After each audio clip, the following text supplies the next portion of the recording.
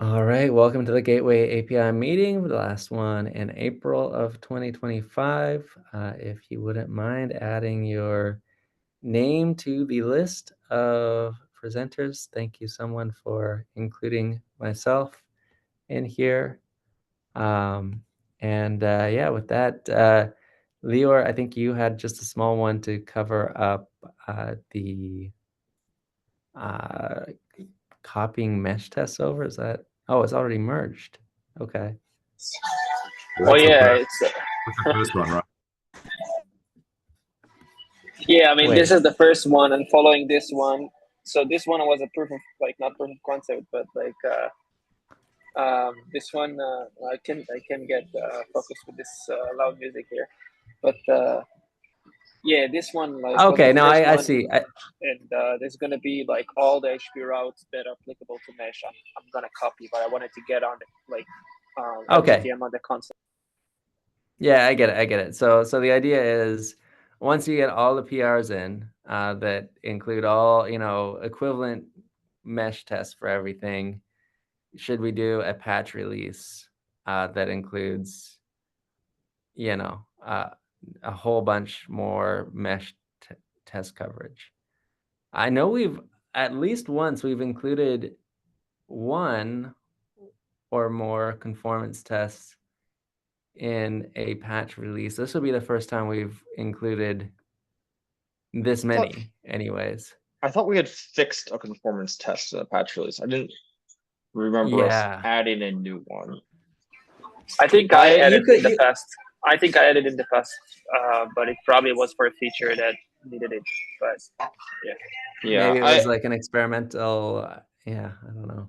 I honestly I don't feel great about including new conformance tests in the patch, because that means if you were conformant in 1.3 and 1.3.1 comes out, then you're potentially not conformant anymore through no real fault or change of yours.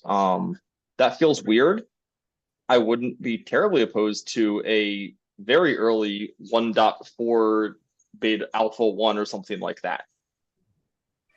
the question is, my question is do we really feel like one of the things I called out when we first uncovered it is that we should stop reporting conformance? Because if what is a mesh conformant? You know what I mean? It's for reporting a lot of conformance, I'm trying to understand the value. If you uncovered that some meshes are not conformant, so yeah. Your issue is very good. Your issue that is open right now that says mesh conformance is broken. It is wildly inaccurate. That is a fine and good thing to acknowledge. I think it is difficult to kind of be moving the goalposts during patch releases.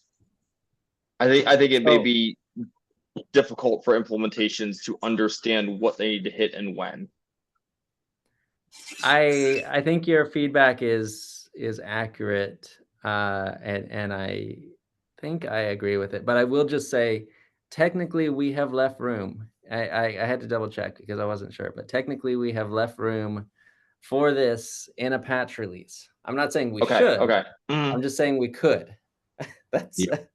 I mean, I think given that it's going to be a lot of, it's not I think the intention there was we could add one or two or something like that. Not, I mean, we're going to be adding 20 conformance tests here, right? Or something like that. Plus more probably, because I know I at least have some conformance tests on the way to test some stuff that I found was wrong with our implementation, which is that if you only ever test when you have gateway only parent refs or service only parent refs, then when you have different types, then you can end up with problems. And I know that because we had that. So it's very easy to make assumptions about how you update the parent ref statuses and stuff like that. That if you don't have conformance tests to say, if you shouldn't touch a status, you must leave it alone. Then it's really easy to accidentally not do that and then have weird things happen where if you start, because we had users start being like, hey, I used the same HTTP route for a gateway and a service, and it didn't work properly.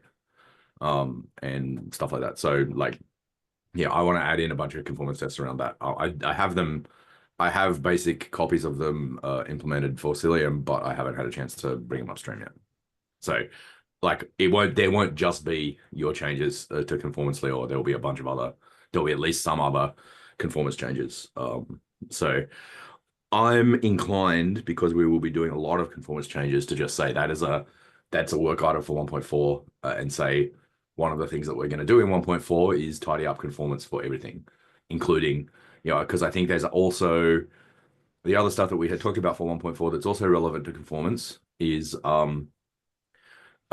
changing the rules for supported features so that when your feature moves to experimental, it must have a supported feature. And writing down all the things you need to do to add a supported feature and stuff like that, so that even if there's no conformance tests, we at least have a way to refer to the feature, and so that you can add conformance tests much easier without having to also add the feature name.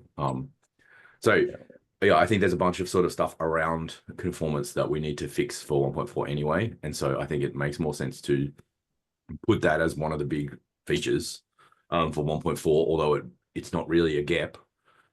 It will still be a feature in that we need to fix a bunch of stuff. To go back to Mike's point from earlier, it seems like because we're adding so much conformance, we want to be able to add some intermediate milestones, I guess you could say, maybe releases where implementations can provide feedback and verify these, because we're talking about adding dozens, I think, of tests when this is all said and done. And so getting some feedback, ideally from multiple implementations before we hit release, would be really useful. And I think that kind of goes back to the same point Lior was working towards, not to put words in your mouth, but just that we want, like, I think the goal of adding these mesh conformance tests is to get some pretty quick feedback that meshes are either passing these already or not, and if not, why not, kind of thing. Like I think that's the more critical goal than actually having a patch release or anything like that. It's more just having a point in time in a matter of weeks, I'm thinking. I don't actually know specific timeline, where we can provide some kind of reference point. I don't know if it's a release, what it is, that I please would run your love to test have against this. these merged to master as soon as we can and have all meshes like just testing against the head. I think that would be excellent to kind of get an understanding of like, does just what you said exactly, of like, are we actually implementing these things and they're good, or do we have like wrong expectations in some of the conformance or in some of the implementations? Yeah, I tend to agree, Mike. The point about like being confusing to include all of it in a patch. The two follow-up questions I have actually is like, if we find out as like one conformance test is not, like, the implementations are not satisfying these conformance tests, what do we do? Do we wait them to fix in the next release, or do we have an expectation which is going to be fixed now when they release? But if they release, we need to have a gateway release for them, or like, this is one thing. The other thing is like, if potentially implementations are not conformant, do we delete previously reported conformance from the repo? Like, people would look and say, hey, this was conformant and stuff like that. Yeah, that's where I think that doing it in a minor release gives a much cleaner break of just like, if we determine that these are new conformance tests that are correct and are implemented successfully or passed successfully by like 2 implementations or something like that, and that one implementation like is non-conformant, then saying you are not conformant with 1.4 yet is a much easier starting point than kind of, oops, you were conformant with 1.3 and now you're not, and we delete you. Like that feels a lot harsher than just saying you're not there yet for the next one.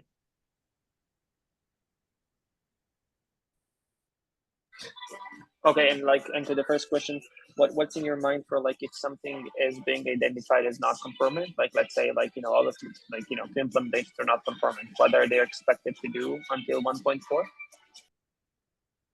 Then I mean, yeah, then they're expected to wait for 1.4, just like if they want, then if they want like I don't know, what are like one of the features that that we're marking as experimental for 1.4, right? Like, Okay, no, that's fine. It's just like not very much aligned, Nick, with your push to have copy pasted and not waiting for a framework change because of the urgency. Because if we wait for 1.4, well, I so I mean, don't once know how much. so no, the urgency was getting 1.3 out, right? Like now that 1.3 is out, the urgency is gone, right? Like so, Okay. yeah, that right. Like the urgency was to have something in the new format in 1.3, right? Like but now 1.3 is out, the urgency is gone. So that's All right. so now is the time to do this job right, because we're not going to be releasing for another 6 months, probably, unless we can like really get our stuff together, and like and really have a lot of people ready to review immediately and stuff like that. Like we won't be releasing for another 6 months, right? Like, yeah, I would love for us to release much faster than that, but yeah, that's one of those I'll believe it when I see it things. So yeah, so yeah, I think that this is now, if we're gonna, I agree that this feels that the level of change in the conformance test feels too large for me to be a patch release. And that means that now's the time to do this stuff right. Now's the time to fix the suite. Now's the time to fix the things. Like you've got the initial test in there so that people can sort of see like, yeah, okay, I passed this. I passed this initial test. Okay, good. Let's start moving things over, and then we can, as we go, as long as the various implementations, the mesh implementations are checking things, then we should get pretty good signal. And there's generally all of us mesh implementations have been pretty good about checking the conformance tests as they get updated during a release cycle, because all of us prefer to like not have the patch, not have a release come out and be like, oops, we're suddenly non-conformant. It's much better PR to have the release come out and be like, look how conformant we are immediately. So yeah, like I think the right approach here now is to do whatever big, now is the time to do whatever big lift and shift stuff we want to do, because we're at the very start of the release cycle and we've got the most amount of time to fix anything that we decide turns out to be a bad idea. I'll stop now.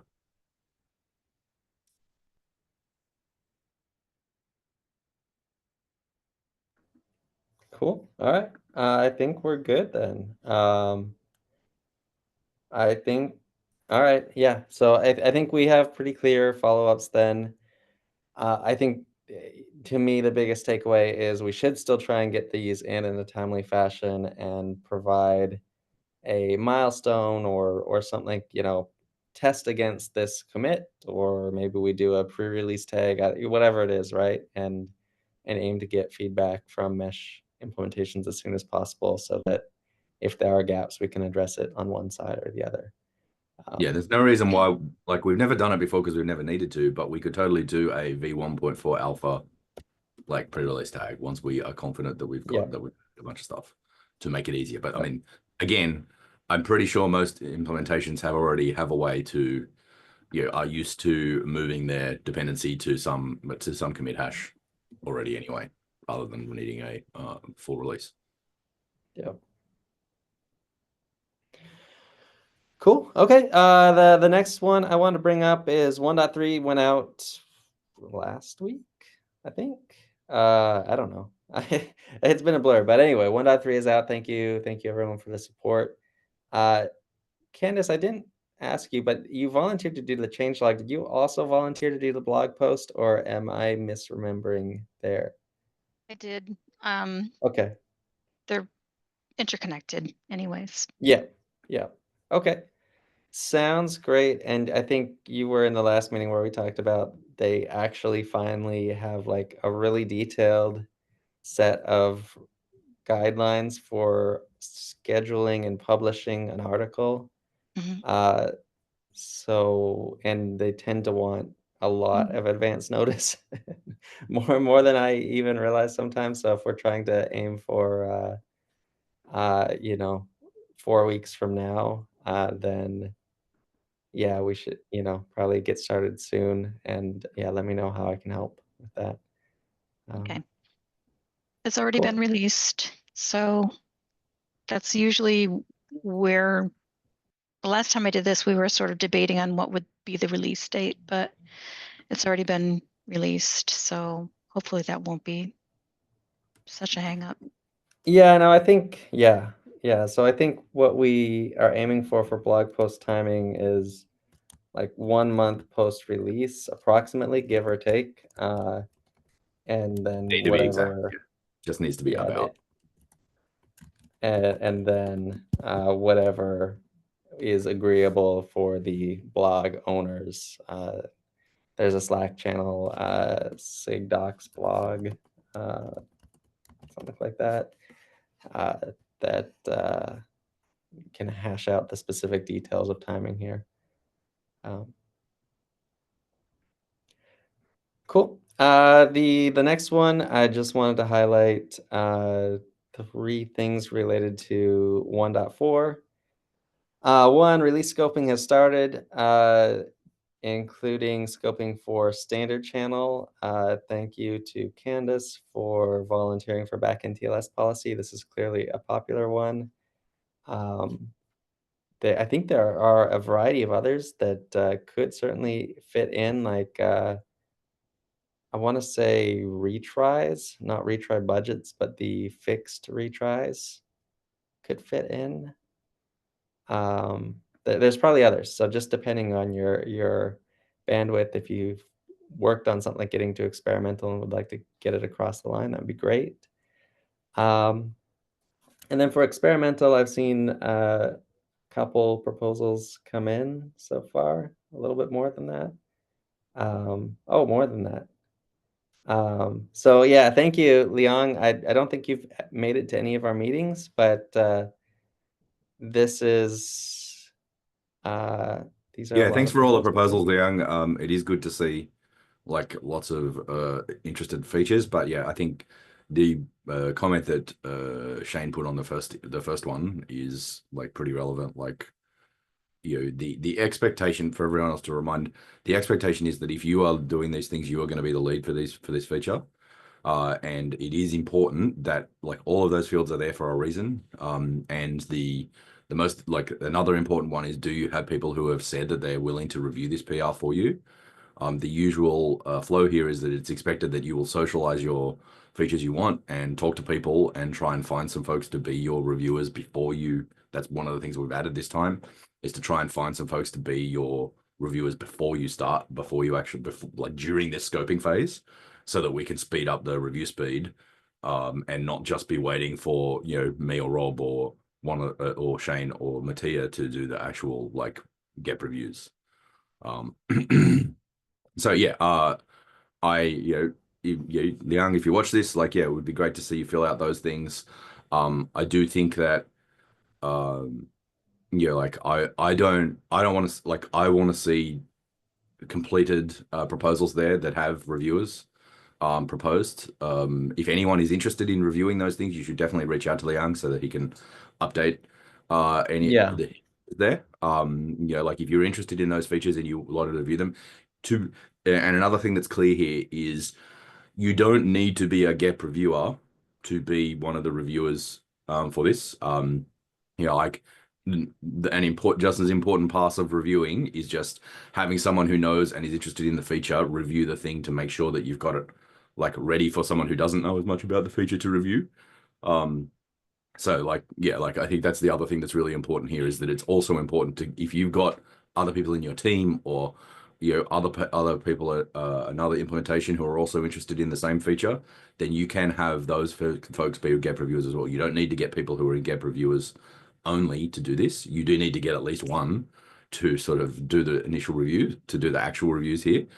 But and then you'll need eventually a GEP approver to approve it. But like, it would be very helpful in terms of time commitments and getting things done faster if You know, for example, I'm not there giving you like an initial language pass that you get that stuff done with other folks before you, so that we're not doing like 7 core maintainer reviews, because when I have to do 7 core maintainer reviews on each, like I have to do 7 reviews on every gap, like that means that the entire, like a lot of stuff ends up blocked on me, right? Like, or Rob or Shane or Mattia, right? Like, yeah. And so the more that you can, the more that if you're interested in getting your features in, the more that you can have a lot of that review stuff happen without one of the core maintainers needing to be involved, the faster you can be. Like, we are the deadlock here, but like we're the time sink that is the blocker. So like the more that you can remove us from the equation, the faster your features will get in, and the faster your features get in, the more likely the more that they will actually make it into the release and not be cut for because they're not far enough along. And again, we've updated the thing this time, so you need to be hitting milestones where you have had updates at certain times along the release. Yeah, no, well said, well said. And the other thing I would qualify here is this is going to be, yeah, I think we've said that a couple slots in this release we'll try and reserve for the most highly requested Ingress Nginx features from that community survey. That so far looks to be external auth, and not to put you Which on is the on spot, me anyway. I just Nick, haven't but had I think you're gonna propose that again this time, right? Yep. And then rate limit seems to be next on the list among highly requested that we don't actually support. Fortunately, at least the most highly requested ones we already support, but rate limiting also seems key here. Yeah. Okay. Yeah. So yeah, please don't hesitate to drop ideas on there. And like Nick was saying, it's not just, you don't have to have your own idea or feature to be helpful here. You can also just volunteer to be a reviewer or vote on things that you think are most helpful or that you think you as an implementation could support. Any and all of that feedback would be helpful. Yeah, with that, I think Candace, you're up next. Thanks, Rob. So this is an issue that John brought up in January, and to some extent sort of blocked the 1.3 progress for backend TLS policy. And I have since gotten back to this, trying to understand what the issues are, and have made some comments on it. And I wanted to re-engage the people who originally requested this. So the way I see this is John is bringing up a use case where backend TLS policy is being used without any kind of route, HTTP route, TLS route, TCP route. It's being used as part of the service mesh as an access, as a feature of the service. Basically, it's using a backend TLS policy, and this is just not something I ever envisioned, that you could use a backend TLS policy both for a route and for something that doesn't have a route, that just wants to connect to that same service via service mesh, I guess. So that's something I kind of want to run by the crowd here. I did also try to invite Mike and Flynn, Mike Morris and Flynn to chime in on it. Yeah. Or Keith, maybe Keith. I think you tagged Keith and Flynn, but yeah, I have thoughts on it too. I think I wrote the section that you're quoting.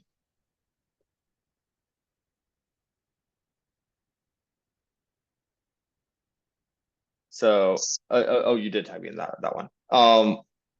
Yeah. So I think there's been a couple different issues here. And if you could scroll down to like the last comment, I want to specifically address the one that just came up recently. I remember that there's a broader issue that affects all policies that's not specific to backend TLS policy, because I hit the same thing with retry budgets in terms of like how the scoping works and the need for like a secondary scope. The whoever's sharing, if you can scroll down to the bottom though, the question about whether a backend TLS policy targeting a service should be effective without a route targeting that service. Yes, it absolutely should be. The section here that you have in bold, requests do not match at least one of the routes will be rejected. That is only when there is a route attached. That's basically saying that if a route is attached, then traffic must flow through it. If the second sentence is critical here, and I have a comment halfway typed up that I'm about to post. If no routes are attached to a service, requests to the service follow the typical mesh routing. So that's intended to mean that there's no need for a route to enroll a service into the mesh or anything like that. Routes just simply must be used to redirect traffic if they do exist. So in the case that you're describing, and kind of John's comment right before this, the backend TLS policy enforcement should not be conditional on the presence or absence of a route. But it doesn't really mean anything. Like even in the mesh case, like all backend TLS policy is supposed to be is a way for service owners to be able to indicate, hey, my app expects to receive TLS connections on this port, right? Like, and that's all that it's supposed to be doing, right? Like, and so if you're doing transparent TLS and someone is doing that inside their app, then yeah, John's like, this is broken because you're going to end up with two TLSs. Yes, it is broken because the person who is doing that is not using the mesh correctly, right? Like that's broken, yes, because this thing is not actually designed for mesh. It's designed for people who have not been able to use to a mesh, right? Like originally, like granted, right? Like, so I think that like that's not changing. This is not trying to be used as a mesh, and I think that's where there's some confusion here. Is yes, this is not intended to be representing like mesh integration behavior or anything like that. It is very strictly, as you were saying, my app expects TLS on this port. Yep. The reason in which you would use it in a mesh is if you have some like unmeshed services, like say you're migrating a Spring Boot app or something like that into Istio. So you might have this to represent some of like your existing ways that you're connecting things, where you have app to app TLS that is not like the mesh wide default. Like the mesh wide default needs to not be in gateway policy. This is a really dumb question here, but what happens?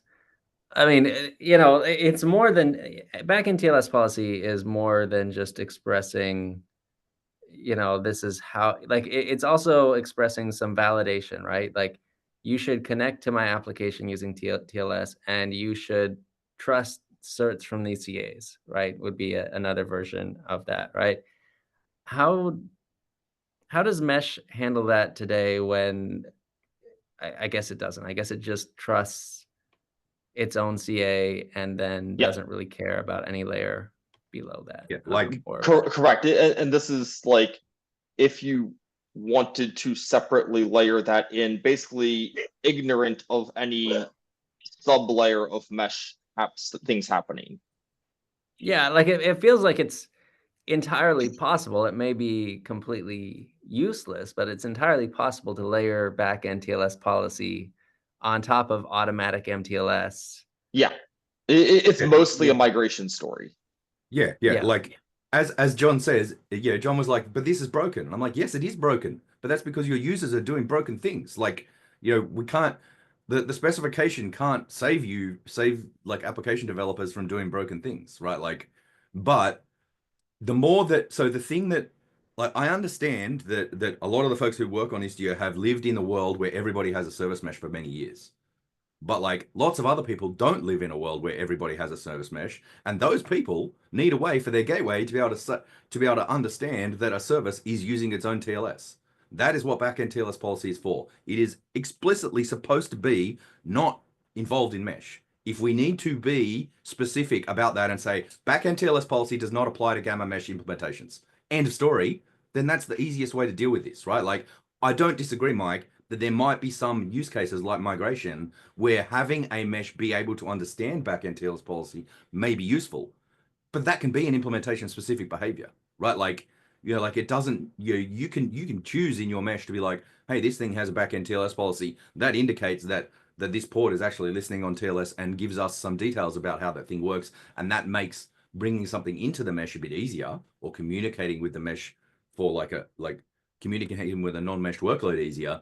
But like that should not block being able to service the other use case here, right? Like, and that's like, I explicitly asked this of John a number of times. He keeps saying like, this is a problem, this is a problem. I'm like, like I really, yes, Istio has some great stuff with destination rule that doesn't really fit into this model very well because the models are completely different, right? Like, and so like I think the key thing here is for us to be able to be like, hey, like if you've got problems with meshes doing this, the meshes don't have to support backend TLS policy, right? Like you can just say we don't support backend TLS policy. If you add a backend TLS policy to your things, then the service is a meshed service, it will not work. End of story. You don't have to do that, right? Like What we can just Well, say backend TLS policy what does not work with mesh, right? Like so there's that's an interesting thing, because what we've said for gateway implementations is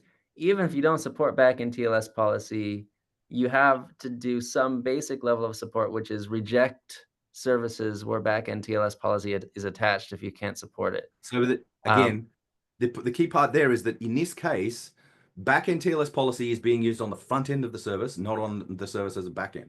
Well, sorry, the other way around. It's being used when the service is a backend, not when the service is a front end.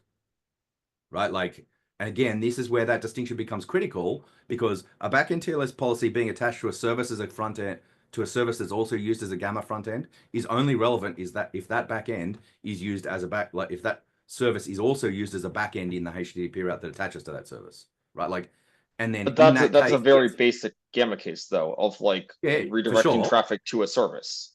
for sure. But like in that case, if you are if you've got other clients in the mesh that are expecting to get unencrypted traffic when they send stuff to a mesh service, it's just not going to work, right? Like the connections will fail, right? Like like you'll do MTLS, and then the MTLS stuff will be unencrypted, and then the a sidecar or the waypoint proxy or whatever is going to attempt to make a connection, a clear text connection to a port that is serving TLS, and that will just fail, right? Like like this is not intended to be a you must turn your connection into TLS. This is intended for application developers to be a way to say, if you don't send TLS, then it's not going to work, right? Like that's it's not intended to be a directive to say you need to sort it out so it does work. Like, it's like you need to send a TLS request that looks like this. Sorry, Rob, to add the things, that has this CA or you need to send a TLS request and the TLS needs to look like this to this port, or else things won't work. So And yeah, I don't disagree with any of that. I think that it's a way for users who have legacy applications that they're maybe bringing into a mesh for the first time or something like that to say this application expects TLS on this port. Yep. And it is entirely possible that if a new app without the right certificates or whatever tries to connect to it with like over just the mesh TLS, like without the application layer on top of that, it would fail. I think that all of those are correct and fine behaviors, even if it's broken. So I don't think I disagree with any of that. And I also did not think that it needed to block. I think that there's just a few points raised that are potentially like concerning just around the like edges and the details. But I'm not trying to block it. I think that it actually does solve a very important good case. I just want to kind of make sure that we're clear on some of what we might be implying here, and that we don't try to like over assert what it is or is not doing, such that we're creating problems for ourselves.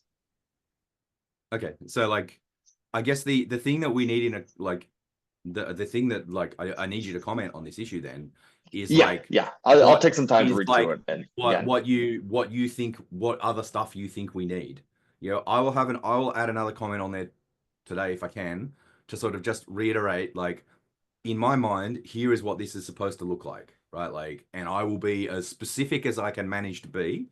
So, you know, to say like, yes, if you have a backend TLS policy and you just blindly add you know, and you just blindly add a route to that service and have that service as a backend, then it is expected that you are doing double TLS, and that is broken. But your user is asking for a broken thing in that case. That is not the specification's fault, right? Like, you know, if your users ask for broken things, then broken things happen. Like, that's, you can't save people from, you know, if they want to do something that is like, that seems foolish to you, you can't save people from that, right? Like, you have to give people the ability to make foolish decisions sometimes, because maybe they need it, right? Like, you can't tell them what to do, right? Like, so it feels yeah, like maybe part of the solution here is, you know, if you're using a mesh today and you're using a different gateway provider that does not have automatic MTLS, you're in a painful state where you want to use your mesh for east-west, and you want to use you want to configure TLS on your gateway coming in, right, north-south. And what that's going to result in is just a really painful experience for mesh, which is trying to honor the same thing. So there are many possible solutions to that, but one of them is what Flynn is trying to work on in this coming release, which is make it easier to make gateways part of a mesh, like standardize that side of things, so that automatic MTLS is not just a mesh construct, or maybe it's provided by a mesh, but like gateways understand it.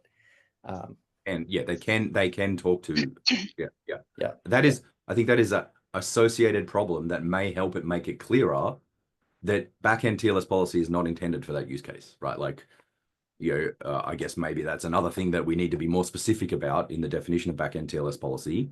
The backend TLS policy is not intended to be a way for, not, his main use case is not intended to be for that.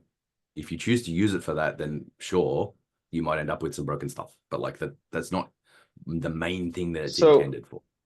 So I actually did think that was an intended use case, because we have an implementation at Microsoft that is using it in that way.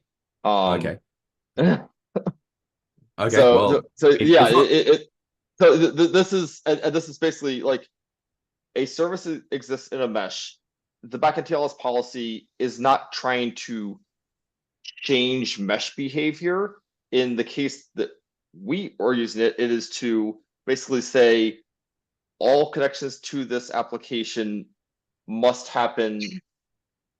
Oh God, this is like a catch-22 here of like, what do I want? Like, yeah, this is, that's what I'm saying. Yeah, like this is complicated. Yeah, because the point that John, 2 layers. Yeah, the point that John is making is that it's a bit incoherent when you talk about it as a mesh service. Yes. Right. Like, and the point that I'm making is this is not designed for mesh services, right? Like, it's not supposed to solve any problems for mesh services.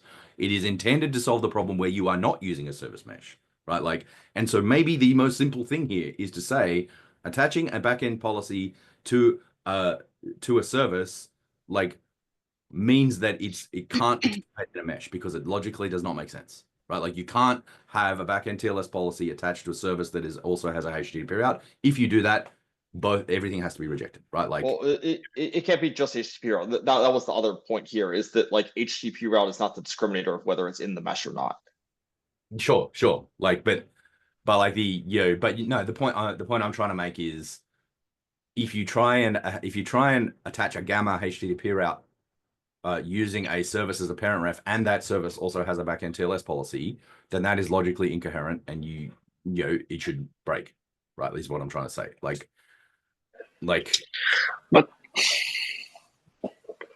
doing it only with docs Yeah, is. let Candace go first, Leo. Yeah. Sorry, Leor, I have my hand up because I couldn't get an edge. I couldn't get a. Sorry. That's okay. Yeah, sorry. So the first thing I want to, so there's two fundamental issues that I want to talk about before we go into more details. One of them is that, and also John mentioned it, that we may be setting up some precedents for any kind of back-end policies that we have, which we do have. We have the back-end traffic policy and the back-end load balancer policy. So, I mean, I guess we'd have to carefully think about, if we rule it out for back-end TLS policy, whether we would rule it out for all back-end type I policies. certainly hope not, because backend traffic is explicitly for mesh functionality. Yeah, I think that. So we'd have to figure out a way to say, okay, it's all right for that kind of a back-end policy, but it's not all right for this kind of a back-end policy. Or maybe it's just, it just depends on what you're implementing there. So just would want to keep that in mind. The other is that this is the first time I actually understood that the Gamma initiative doesn't use gateway classes. No, it does not. No. Or routes. So yeah, it does use routes, but the routes parent ref to a service, not to any of the other usual gateway constructs. Yeah, and the second sentence there, like after the bolded spot, is very important. HTTP route is not necessary to enroll a service in a mesh. Like, you don't need a no-op HTTP route from the front end to the back end for every single service in your mesh. It is implicit that it is part of it. It is just that if you use an HTTP route attached to a service, it must be respected. Yeah. So, I mean, I'm not really sure, like, how you would have I'm not sure how to differentiate a back-end sort of connection in that. Well, I mean, it's destination. Destination is really what you're thinking of. You're thinking of like the client and the destination is one service is calling to another. I'm thinking about the path between the gateway and the application, which that's what backend TLS policy. So it's the path between a client and a destination. Like in the case of north-south, the gateway is the client and the service is the destination.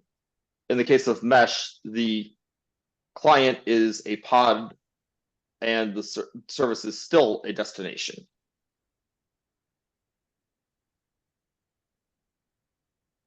Okay. It's really hard to wrap my head around that. Yeah. So the again, that's why going back to the sort of original intent, and that's why when I said that was the original intent, I did it that way.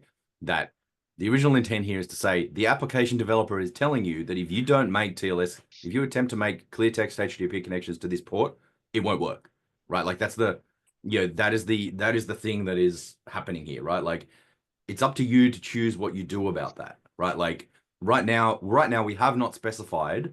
We've specified what happens in the north-south case because that's what it was designed for.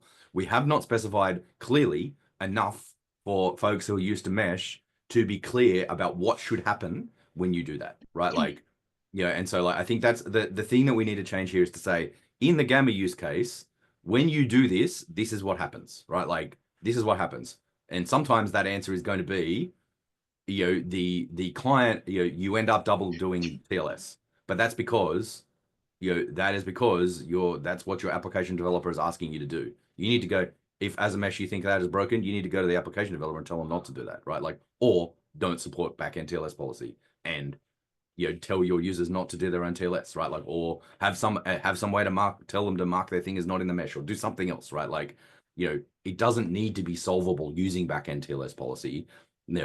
It's okay to say that behavior is broken, right? Like by definition. Okay. Yeah, That's done, right? I'm very okay having something that's broken, something that Yeah. does not cover a use case. I Yeah. am a little more cautious around this, like it feels like we're adding a bunch of like corollary statements that I am extremely cautious about. If Sure. we add anything that only solves a north-south use case and doesn't work or breaks things if you configure it, as long as we're explicit about that, I think that's actually okay. I will take some time after this to read through and, like you, Nick, try to summarize where I think I'm at.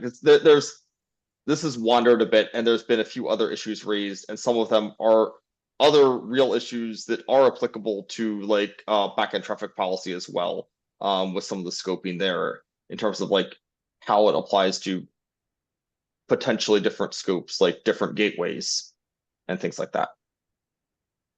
So I want to just go on the record as saying the gap explicitly points out by pictures that the backend TLS policy is for the gateway to application path.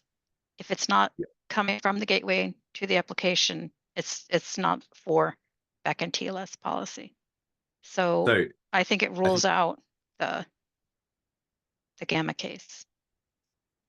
yeah, I think the GEP has written, I don't think we explicitly ruled it out, but it kind of implicitly rules it out. And I think the problem here is that we implicitly ruled it out without being explicit enough to say this doesn't work or this doesn't apply, right? And so it's reasonable in that case to be like, but how does it apply? Right? Because we didn't. One of the things I have learned about having a specification is if you do not explicitly say this is broken and will not work, then people will be like, how do I make it work, right? Like, and so like I think maybe the thing here is to just say like this is broken and will not work. End of story. Like add that to the gap and be like, you do not need to do this if you're a mesh implementation. Do it some other way. Like, I think that Mike's point is, hey, there are actually cases in mesh where having something that looks basically the same as this would actually be very useful. And those things generally tend to be bringing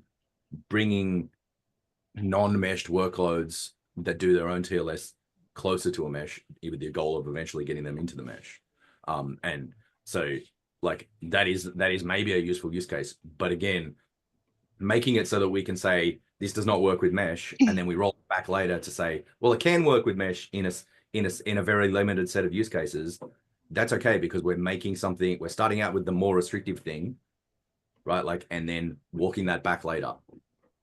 So I think, sorry, I keep talking over you, Candice, but So let's let Lior go next, but I want to just ask, so should I put that before or after the part in the gap that says this is not for service mesh? yeah, I think we need to finish discussion on this issue. And then like maybe like once we finish discussion on this issue, maybe Candice, you and I can have a side chat over Slack or something about like the next steps to actually fix this. Like I know you have been extremely patient trying to get this like into the thing to service the key use case. And I agree that it is a key use case that needs to be serviced for the folks that aren't doing service mesh. And so like we need to figure out the exact steps we need to do that. But in order to do that, we need to know the steps that will help folks like John be more comfortable that this isn't going to screw him over down the track. And I think that's the thing that he's worried about, right? Like, but this is not clearly specified enough that it is not guaranteed that it will not screw me over down the track, right? That seems to me to be the root of his objections. So yeah, Rob. Yeah, this has been a good conversation. I know we're nearing the end of time here, so should try and wrap it up. I guess what I'm trying to, there's two possible ways I guess I want to go here. One, I think we've been conflating automatic MTLS and mesh together, where like maybe there are some gateways that exist in a world where like there's an automatic MTLS system that isn't a mesh necessarily, right? Or maybe there's a mesh that doesn't have auto, like you could go on either frame of that, but what we're really describing is like an automatic MTLS system that some components understand.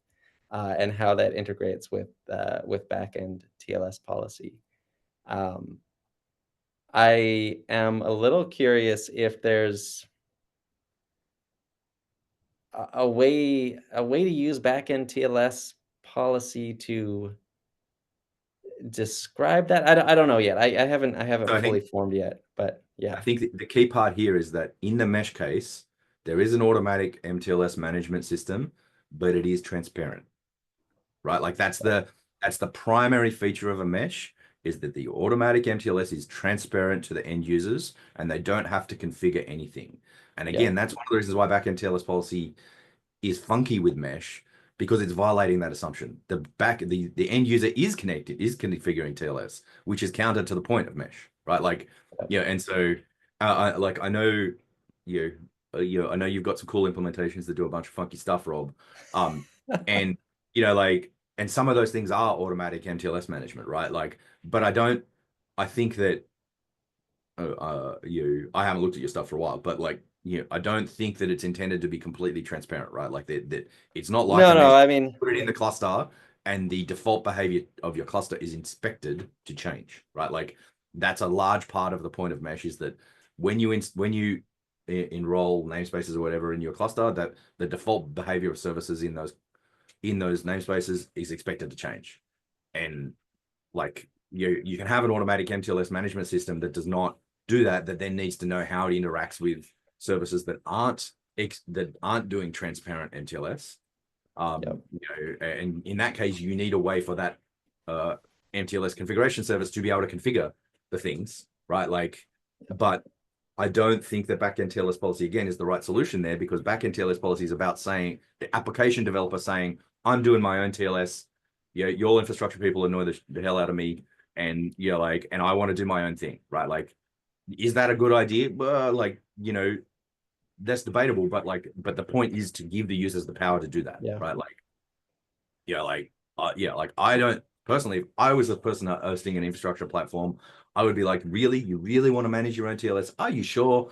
How are you managing key distribution? How are you managing rotating your keys? Blah blah blah blah blah. Like, I'd have a lot of questions for them about it. But like, if they answered all those questions to a satisfaction, they need a way to do that, right? Like, maybe there is a real reason why they need to do that. Again, as Mike says, a lot of the time, it's because stuff like Spring Boot expected to do that, because for a long time there was no service mesh, there was no infrastructure that could do that. So developers figured out a way to make that stuff easier, right? And so now easier becomes a bit funky, because there's infrastructure that can do that for you that you're choosing not to participate in, right? Like, and so that's the sort of the point that I'm trying to make here, is that like I think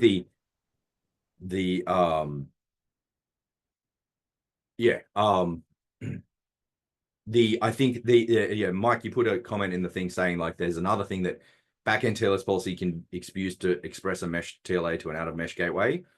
I think that it is important to remember that that's not what it was designed for, and that I think that the better way to do that is to actually, that's closer to what we were talking about with giving TLS config directly to a gateway on a global per gateway level, right? Like client config to a gateway.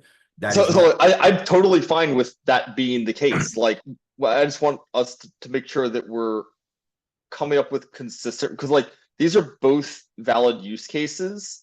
And I think the thing that has been difficult is that we have not been willing to acknowledge that they may be explicitly incompatible with each other.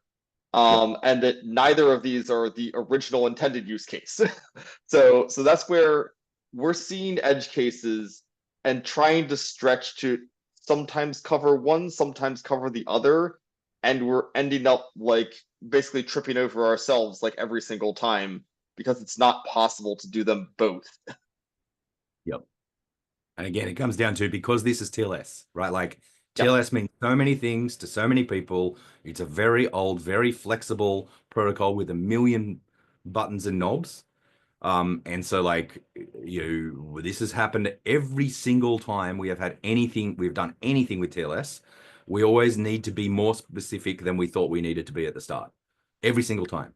And that's like, as we've got more specific every time, we've still needed to be more specific, because it turns out that there's a bunch of edge cases that the people who are writing the thing originally did not know about, right? Like, And every single time, right? Like we've been like, oh, actually, no, it turns out there's a reason why that stuff is there and we need to allow for it. Or, something like that, right? Like, even, hey, let's make it so that a gateway can require a client certificate turned out to be months and months, like years of work, because there's something that seems like it should be really simple. So yeah, like I think, so to me, the next steps here, and this is, for Candace's help as much as anyone, because she has been, like I said, like she has been displayed saint-like patience with the rest of us here. The next steps here are both Mike and I will put comments on this thing. We like, one or both of us need to ping John to be like, hey, you need to come back to this thing because otherwise we're going to move ahead without your feedback. We need to move ahead with this like as soon as possible.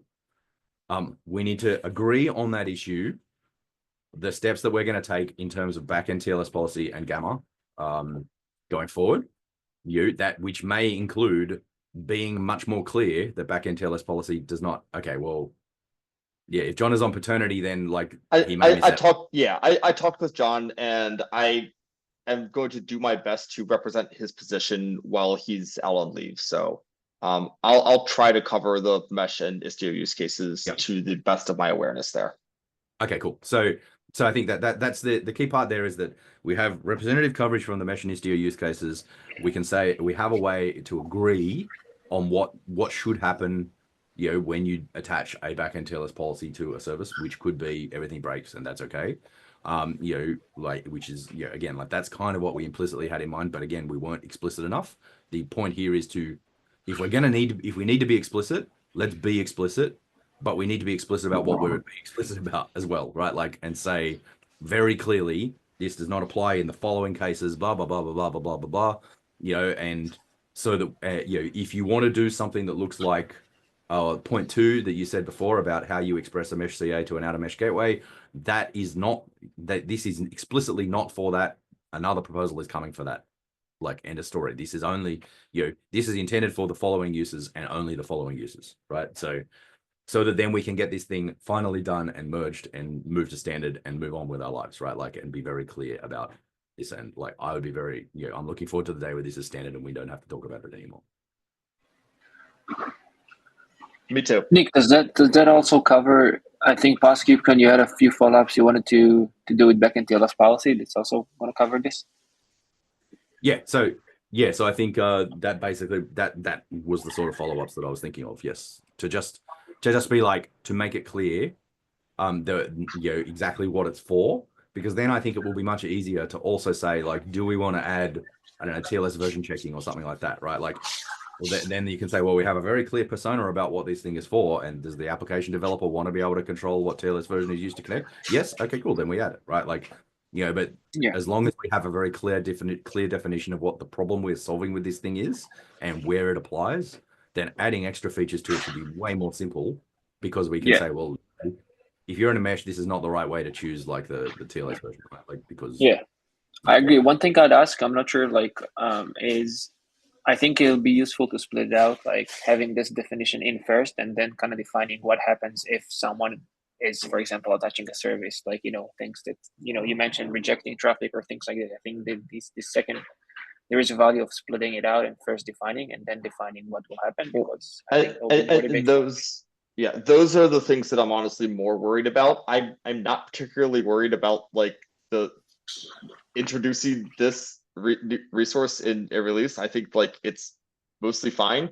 It's that it is descriptive rather than proscriptive. So as a descriptive resource, it's saying if you try to connect without the proper credentials, it will probably fail.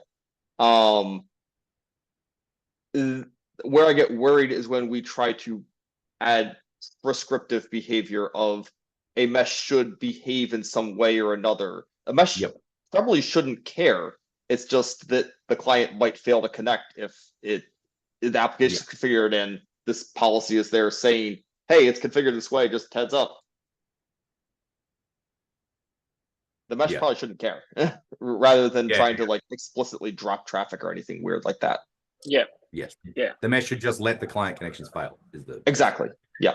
Yeah.